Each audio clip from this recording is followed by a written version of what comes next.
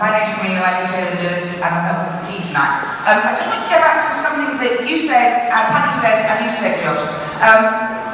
As I understand it, we could have over 50,000 wells in the UK. So when people say, where next? I just wonder, I mean, there aren't enough people in the UK, but I don't think there's enough people to protest, or certainly can't be running that many protest sites. And I wonder whether people would like to be going up the stream, as it were. There are only so many companies involved in helping companies like Kelty and Quadrilla. These are haulage companies. They're the companies that have the trucks to carry water. They're the yards that hold the fracking drill in place between jobs.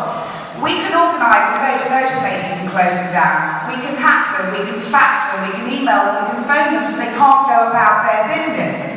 That way we can start to be effective and we can bankrupt them before they've even got.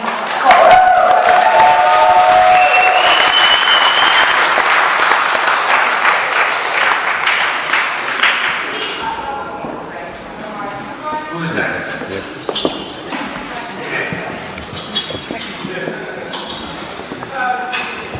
Hi. I've been working with the campaign in Manchester for the last 2 years. We have been trying to raise awareness. It's been so hard to get people motivated, like you said, to get out of their seats and actually get up. One thing that we hear so many times when we engage with people, because we are on a daily basis, is this is too big, what can we do about it? You know, it's just too big, you're taking on the government. So what would you say to those people when they say, if they feel that they can't do it? I mean, most of them are supportive and they admire what we're doing, but they just feel helpless and that it's too big. I think that the problem, it's extraordinarily difficult problem. That's how I felt, 5 years ago when I got this news. I never felt more depressed and lonely and isolated in my whole life. All I can tell those people is, not anymore, and that offer a couple of things to say. You never, a guy named James Weaver in Arkansas, which would have been contaminated in Arkansas, I'm sure they're in worse shape than anywhere in this country. Arkansas is in bad shape. And he said to me, never look at the size of the enemy, you'll lose. If you want to win, you have to think win. Never look at the size of the enemy, which I thought was amazing. Coming from a guy whose whole Artesian spring and everything had been contaminated, and he had won some of his court cases, and this is a place where maybe 2% of the people in the whole state are opposed to oil and gas at that time, and now it's 15 or 20%, maybe it's something like that. The other thing that another friend of mine likes to say, this guy named Mark Ruffalo, movie actor, who played the Incredible Hulk, who's a green superhero. He says, if you're depressed, you're probably not doing enough. And the truth is that when when I get overwhelmed and I get feeling like I can't do this anymore, I think the impulse to say, this is just too big or whatever, if you start to engage, it can make you feel cheered up in some way. And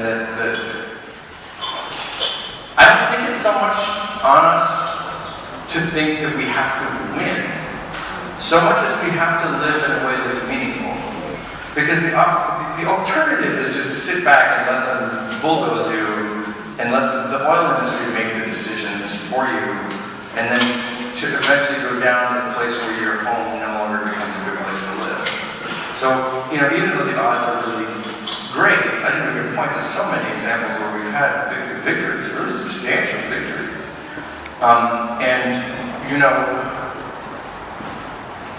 I think that you have to think like, if you wake up in the morning and you go, it looks like what I have to do today is change the world.